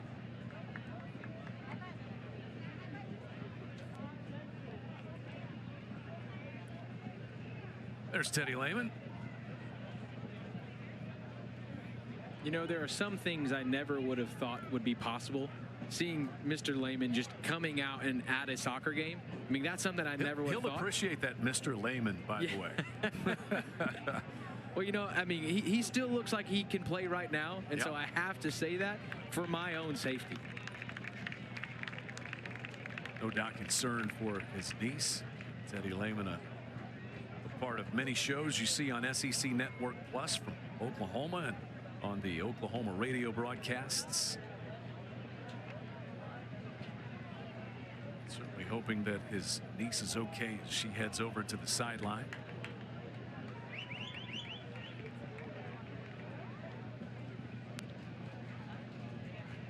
And one of the things, the Sooners have been in this situation before.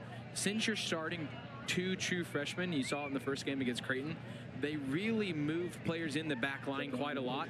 And so you're now bringing someone in who may just have a little bit more experience.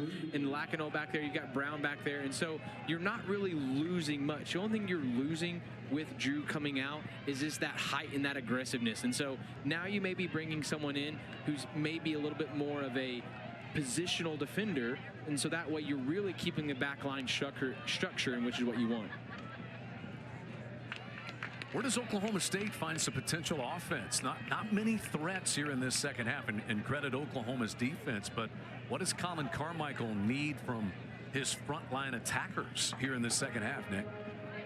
I think Coach Carmichael is really just saying, hey, I've got to connect 2 or 3 passes. I mean, if you look that Oklahoma State has done this whole half, they do 1 or 2, and then they just try to play it forward with pace. I think when they've had success, they've beaten 1 or 2 girls, carried the ball a little bit, which allows the defenders to step to them, which then allows them to use their pace going forward. They've got to have Pineda and Wilson on the ball more and just carrying the ball a little bit, relieving that pressure, so that way their attackers have more space to run. They'll make Duffy step back a little bit before firing off this free kick.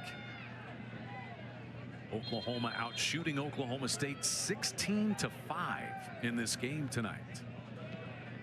Duffy drives another one.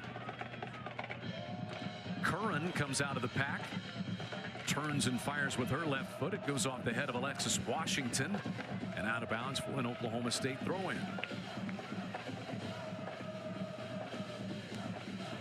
There's Claire Curran, the Colorado transfer who scored in her first game as a Sooner back on Thursday.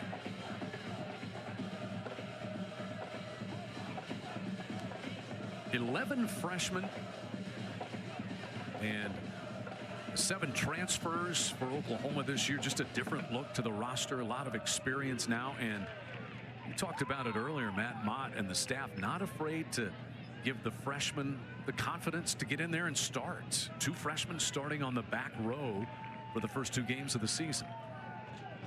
You see Claire Curran, just another offensive threat out of San Diego. She's a junior, have a couple of years left in Norman. I mean, one of the things we speak about, it doesn't matter who you bring in. You could bring in 16 freshmen, you could bring in 20. If the discipline from the top with your coaching staff doesn't stay in line. Coach Matt Mott's coaching staff has been with him the whole way. They know exactly what he wants. They know what they want. And so when you bring someone in, you're bringing in a player who is you've already picked to be successful. And so I think that helps the Sooners more than what people expect. Kiefer's drive gets turned away. Oklahoma maintains possession. This one loose right in front of the goal box. Curran heads it back in. Pineda clears it out front. Oklahoma some dangerous chances right there. Cowgirls turn them away. Here comes Pirati. Ella Pirati scored the only goal in Oklahoma State's win over Oklahoma last year up in Stillwater. And there she is out of Alamo, California.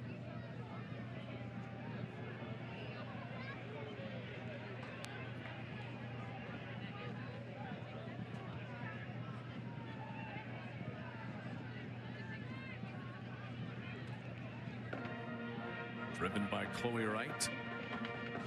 That's going to go out of bounds. One thing that Oklahoma, their direct in-your-face style, Nick, as you saw right there, gives you very little chance to feel like you can control and possess the ball.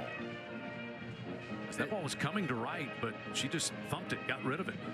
And that's where the pressure is getting to OSU, but at the same time, if OSU just breathes a little bit and just kind of plays that in, that's just like what we were talking about. They've got to start connecting a few of those passes, but benefit to the Sooners for really making it difficult for them.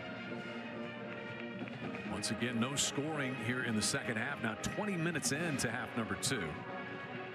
Clark trying to reach this one.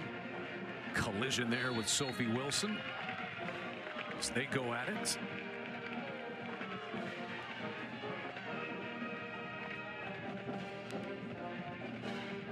And that foul will give the Cowgirls a free kick.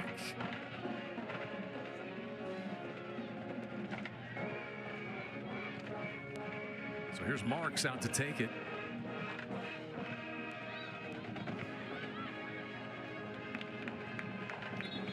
Possession, quick throw in taken there by the Sooners. Ellie Canty. I think we're trying to get some substitutes in. And the Sooners will substitute. Kiefer is off. And Luciana Etatukate is in. She had an assist on a goal in that first half. But what a good night for Kiefer so far. She visits with Matt Mott on her way off.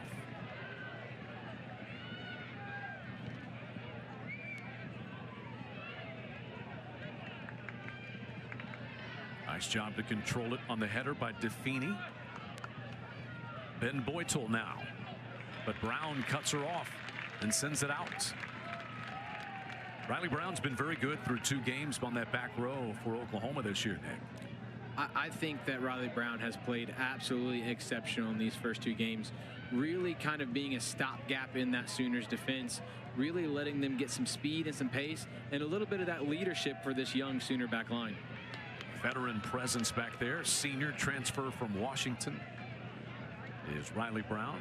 Remember, Oklahoma is playing without Cassie Clifton, working her way back from a injury.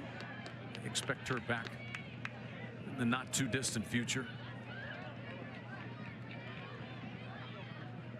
Pineda sends this one across, and that's how quickly Oklahoma State can strike. Trying to hit DeFini on the receiving end of that ball, but it goes all the way across. But you saw what happens when OSU have a little bit of composure on the ball.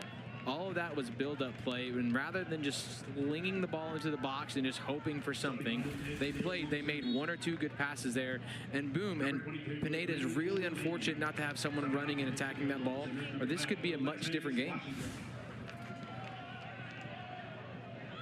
Quick throw in there taken by the Cowgirls. In an attacking position is Pineda.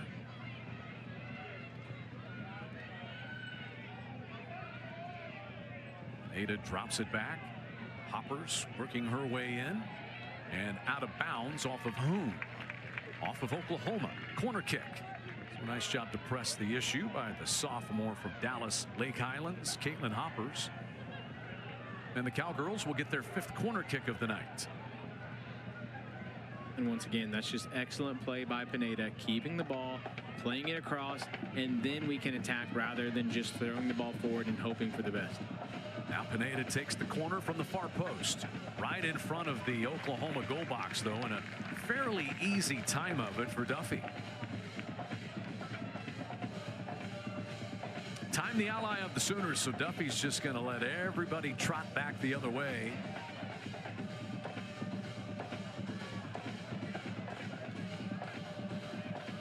This one all the way back to Logan Marks. Oklahoma State last year had 15 shutouts. Grace Gordon in goal. They had a stretch of 9 shutouts in a row.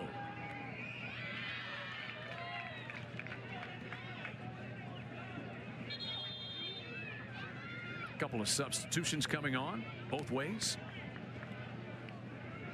Looks like Ben Boydell and Alvord will get a little breather, probably come back. And on for the Cowgirls is Reagan Morris.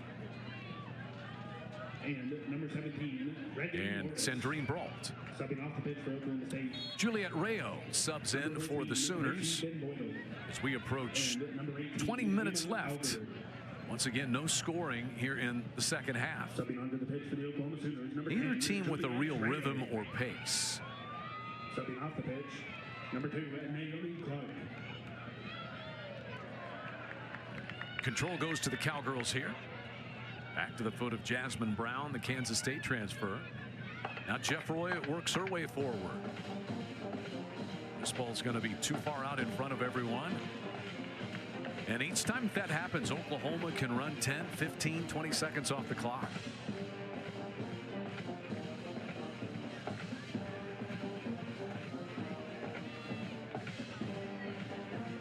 These two teams, Oklahoma State winning 1-0. The prior year, they played twice, 2 1-0 games. One that was in Stillwater, won by Oklahoma State.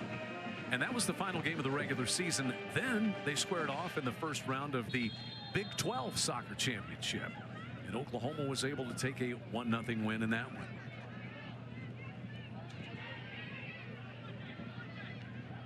A little bit of time wasting there by Duffy. I mean, I have no problem with that. The ref just gave her that warning saying, hey, we're watching it now. You really need to be careful. But that's where that leadership by Duffy comes into play. Just stealing every kind of second she can because she knows how big of a win this is going to be for her Sooners. This one controlled by Canty, the Sooner freshman.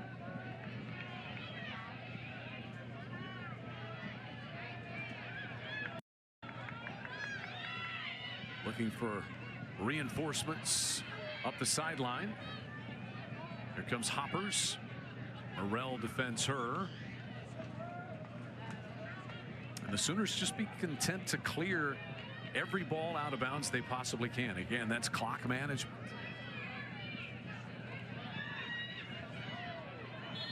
Canty steps in and commits a foul. Probably one you don't want if you're the Sooners. She went too hard into Defini that time. It's one of those unlucky fouls. Looks like she kind of fell down as that was getting played.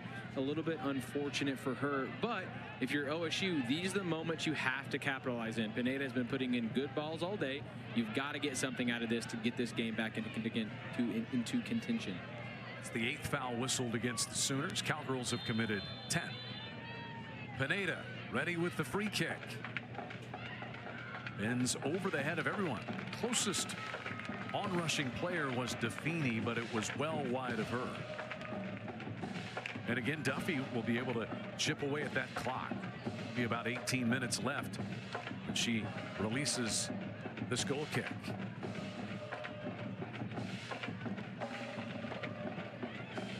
This was a tie game at 1 apiece after the first 10 minutes. But Oklahoma getting 2 goals in the final 10 minutes of the first half. Nothing yet for either team here in half number 2.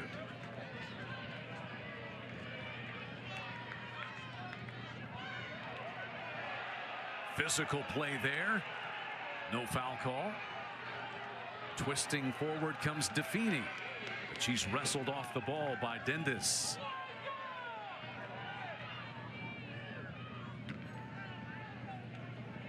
Nicely done by Curran. Curran keeps possession for the Sooners. This will come all the way back to Logan Marks. Marks played just a couple of games coming off the bench behind Grace Gordon last year, but she's been the starter in each of the first 2 games for the Cowgirls this year.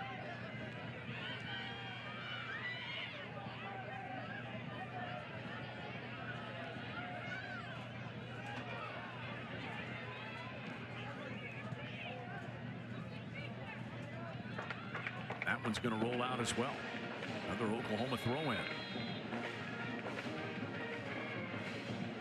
And that's exactly what we're talking about there. As you can see, they're not connecting those passes like they were just a few minutes ago. They're just playing that ball forward, expecting their quick girls up top to go win those balls.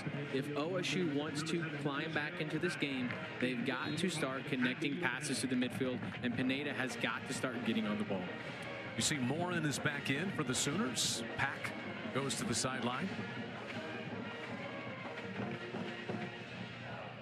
Jeffroy drops this one toward the speedy Sandrine Brault, but not speedy enough to catch up with that ball.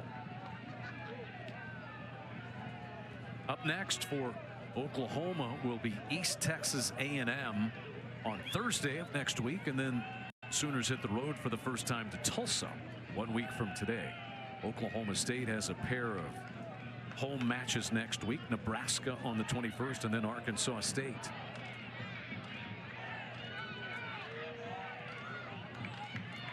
Under heavy pressure by Kiefer.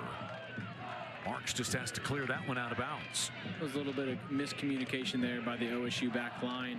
I think they were expecting Marks to come out and win that ball, and she did not, which allowed Kiefer to kind of go up in there and try to attack that.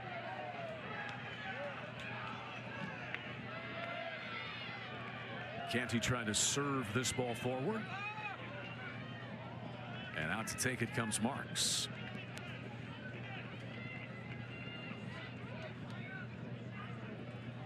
One of the developments I'm interested to see this year, we spoke about Ellie Canty earlier. She scored 105 goals in her high school career, but she played mostly up top. Coach Matt Mott and his coaching staff views her as more of a midfield-like player. You see her a lot in that defensive midfield role. So I'm interested to see how she develops, knowing she may not be the goal scorer, but now she's going to be the goal setter this year. Good run in her first 2 games as a Sooner for Canty. As we see more substitutions, Wilson will come back in, as will Gracie Ben-Boydle for this stretch run to see if they can help get their team back into this one. Number 28, Sandrine Brault, and number 8, Caitlin Hoppers. Stepped onto the pitch for the Oklahoma Sooners. Number 11, Drew Legan taking the throw in. Good to see that she's able to re-enter after having to leave earlier, favoring that right shoulder, it appeared. Ben-Boydle gets to this one first. One-on-one against Morin, works around her, and there's Duffy.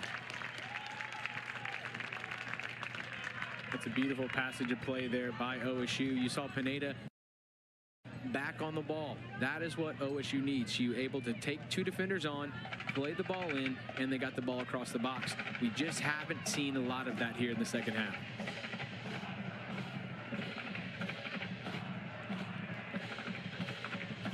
Headed out there by Ellie Jeffroy. Will be an Oklahoma throw in. Legan's going to jog up and take this throw.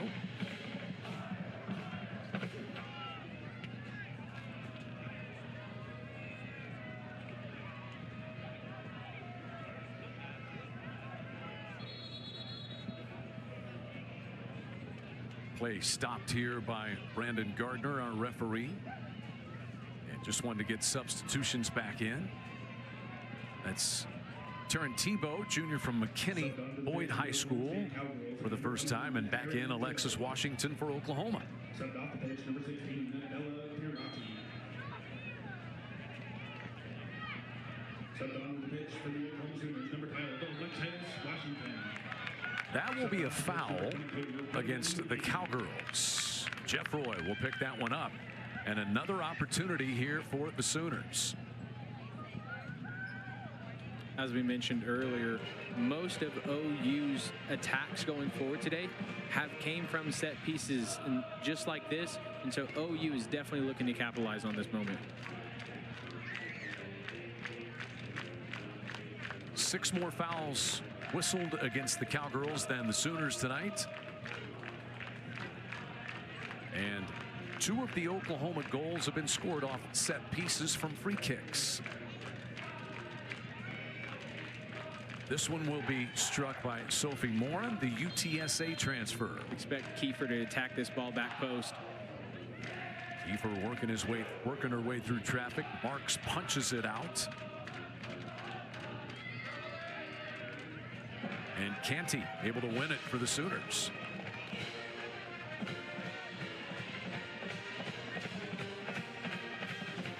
Here's Rayo stepping to the center. Centering pass this time for Morin.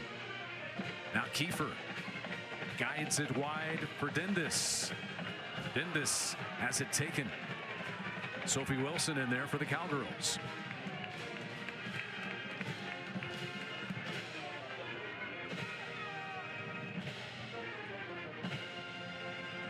Here's Canty serving one all the way across, just narrowly missing the foot of Kiefer, and out of bounds it goes. Kiefer a little slow to get up at the end of that one.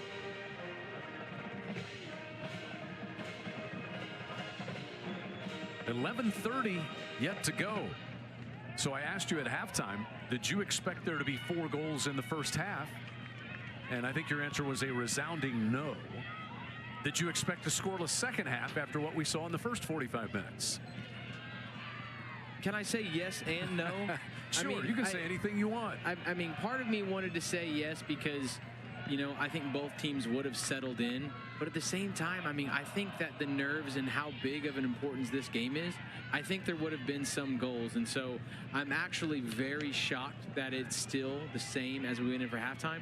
But like we saw last Thursday, you can score 3 goals in, you know, 6-7 minutes. And so this game is far from over.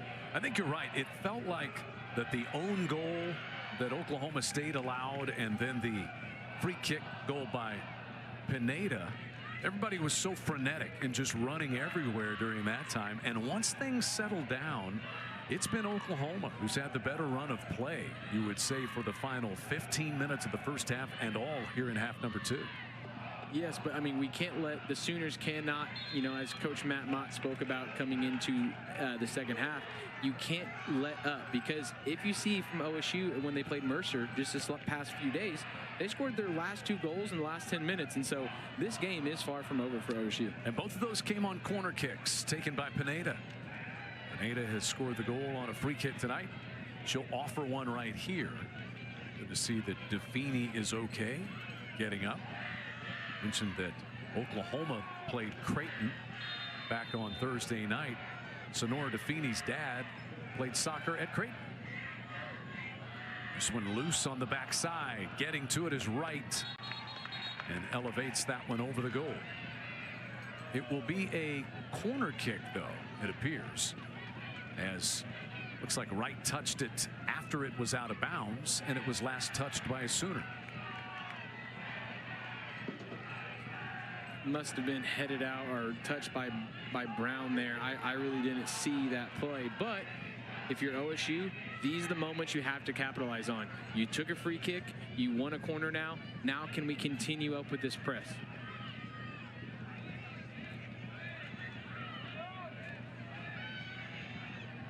All the way across. Headed out by Kiefer.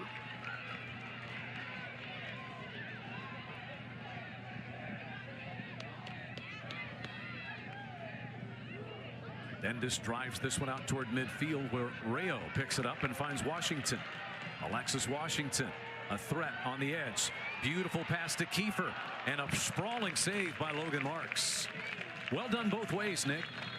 One of the things that is going to go extremely unnoticed there is the defending by OSU. I think that is the only reason why this game is not 4-1 right now. Kiefer was wide in on frame, but you saw the OSU defender come in, put a little touch in that ball to make Kiefer have to think about it. But other than that, that was a beautiful counter press by OU, and that should have been 4-1. Kiefer, it looks like, will come off here with 8.5 minutes to go. Kiefer's had a very good night, big part of the attack, and even if the numbers don't show lots of shots and goals, the attention that she requires opposing defenses to pay to her really impacts what's available for her teammates, Nick. I think if you're Kiefer right now, you're going to be very upset just because you're not on the score sheet. But one of the things that you just have to really think about, we have said her name thousands of times today, which is exactly what you want out of your center forward. You are now getting yourself in positions and chances to score. I think Kiefer has played a phenomenal game today, and it will go extremely unnoticed because she didn't have the assist or the goal. But if you look, every time there's been a very successful OU play, we've said Kiefer's name. And so, yes, she may be a little upset, but she can definitely hold her hat high because she has played one heck of a game. She's been the leading shot taker for Matt Mott's Sooners tonight, and she's over there on the bench. 4 shots taken by Kayla Kiefer. Logan Marks sending this one away one more time for the Cowgirls. Toward Alexis Washington, driven out by Wilson. And out of the pack comes Dendis. Another Sooner threat here. Dendis toward the middle. Beautifully done toward Clark. Steps into it and scores again. It's 2 games and 2 braces for the acrobatic Naomi Clark. She's got 4 goals in 2 games as an Oklahoma Sooner. What a beautiful touch and tally for Oklahoma. The first goal by either team in half number 2. I mean, this has got to be one of the greatest starts to an OU career. She is on fire. But you saw there, that play started from Dendis. She carried the ball, she continued to run, and then you let Naomi Clark do what she does best. Size up the defender, 1v1. Goalkeeper's going to be a little bit mad at herself for not making that save. But you see there, the ball gets played in, boom. Now right here, 1v1 situation. A little bit of a hesitation, which causes the keeper to kind of stall a little bit. But that's a goal. Naomi Clark is on fire for the Sooners right now. Second assist as well for Dendis as a Sooner. She had one back on Thursday in addition to a goal. So Oklahoma has scored 4 goals for the 2nd consecutive game. What a start for Naomi Clark. 8 career goals now, 6 in 2 years at Washington State, and already 4 in 2 games as an Oklahoma Sooner. Want to know something else? As a freshman at Washington State, she scored 4 goals in her first 2 games in that program. She's used to getting good starts.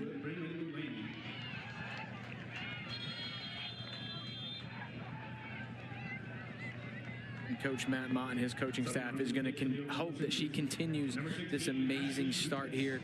But that's just one of the things that we spoke about when we spoke with her after the Creighton game.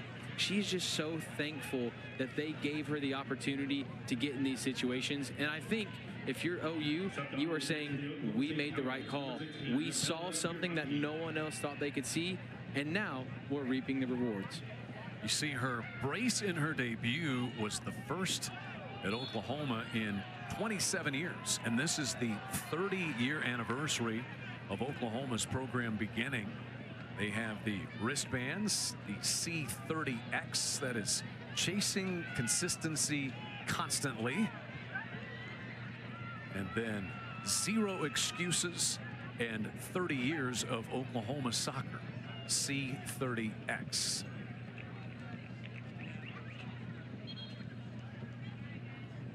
Under 7 minutes remaining. A 1-1 game has been blown open by the attack of Matt Mott and the Oklahoma Sooners tonight. You ask, you know, first thing when you get ready for the season, what's different about this team? And physicality and speed. And it has been on display in the first 2 matches for Oklahoma this year. Left-footed strike there by Parati, and there's Duffy. And if you're Duffy, you will take those shots all day. She is so just extremely well goalkeeping back there. She wants those shots from about 25, 30 out because she knows that's just a routine save for her.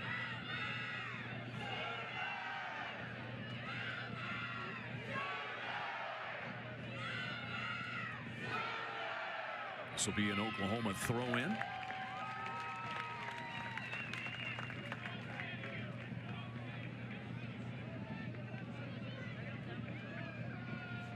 Legan set to take it.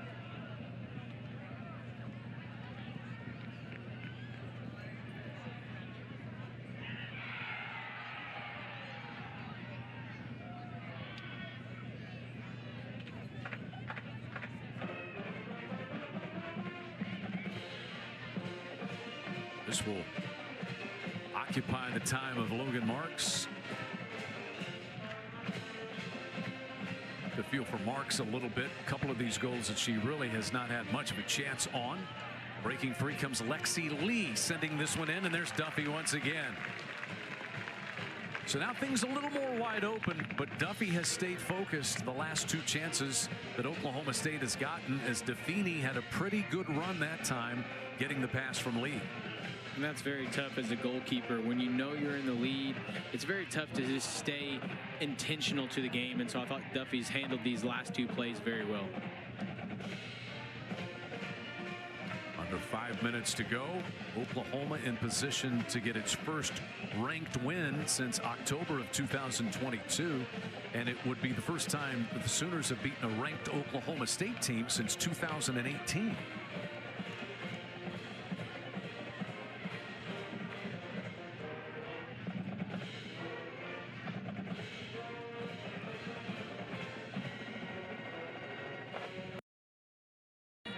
Carmichael and the Cowgirls still figuring out combinations as we visited with him. They do have those core ingredients, though, in Ben Boydell and Pineda and Wilson, who was able to go tonight. But figuring things out maybe on the back row. See, Pack is slow to get up here for the Sooners, but appears to be okay. She's played nearly 80 minutes in this game tonight. Only the keeper Duffy and on the back line Riley Brown have played more minutes than Michelle Pack has tonight.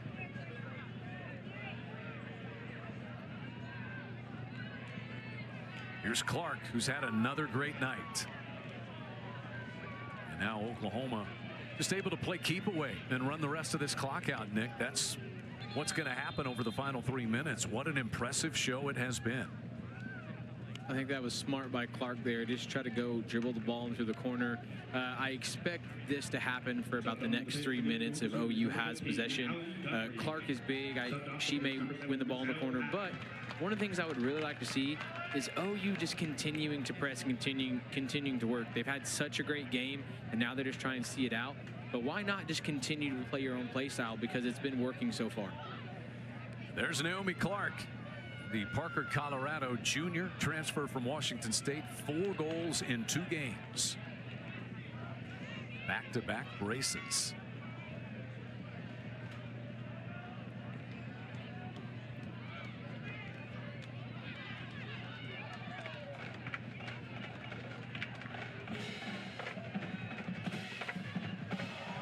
Brenlin Mullaney reaches this one first, but it's taken away by Pirati.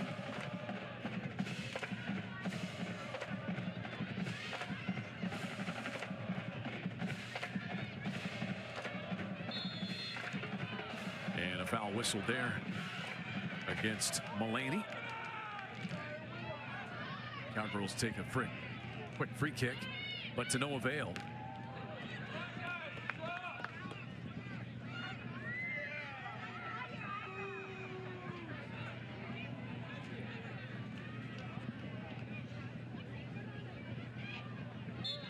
Little holding and grabbing and a foul this time against Sophie Morin. Free kick coming here for Oklahoma State. Means a lot to players from the state of Oklahoma. Oklahoma with 5 Oklahoma natives on the roster. Oklahoma State with 3. So you get bragging rights at least for a year. And you got to remember, some of these girls have been teammates before. So you got to know there were some texts shared earlier saying, hey, you know, this is a big one. You know, these are games you have circled. But I thought that both teams have played extremely well. I just think OU kind of went into the atmosphere just a little bit better tonight. It is a more SEC-ready roster for Matt Mott and the Sooners this year. Might add another one right here. Mullaney, the breakaway, and just misses wide right. But there's more of the physicality. Oklahoma has won so many contested balls in this game. And stop me if you heard this before. It was a flick on by Clark. Clark wins it. Mahaney just goes forward with it. And just very unfortunate not to see the back of the net. Final minute of the night is going to see Oklahoma be able to enjoy a Bedlam win. 4-1 looks like it's going to be the final. And right to celebrate, Oklahoma will move to 2-0, their first ranked win since 2022. And a good crowd tonight that's enjoyed. Win number 2 in 2025 for Oklahoma. 1,677 in attendance tonight.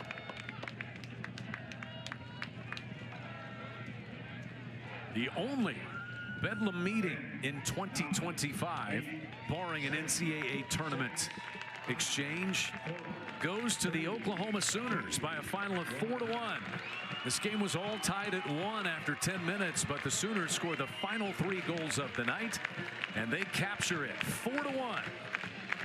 So Oklahoma has won each of its first 2 games by a score of 4-1 over Creighton back on Thursday, and here tonight in Bedlam over Oklahoma State. A brace, 2 more goals for Naomi Clark. 2 games, 4 goals as an Oklahoma Sooner for Clark. I mean, just like you mentioned a second ago, Coach Matt Mott has mentioned this a few times. This team is different than last year, and I think this game and this victory shows they are just built and scheduled a little bit differently than they were last season. So Oklahoma moves to 2-0, the Sooners' first ranked win since 2022, and their first time to beat a ranked Oklahoma State team since 2018. We'll come back and visit with their senior keeper when we return on SEC Network Plus.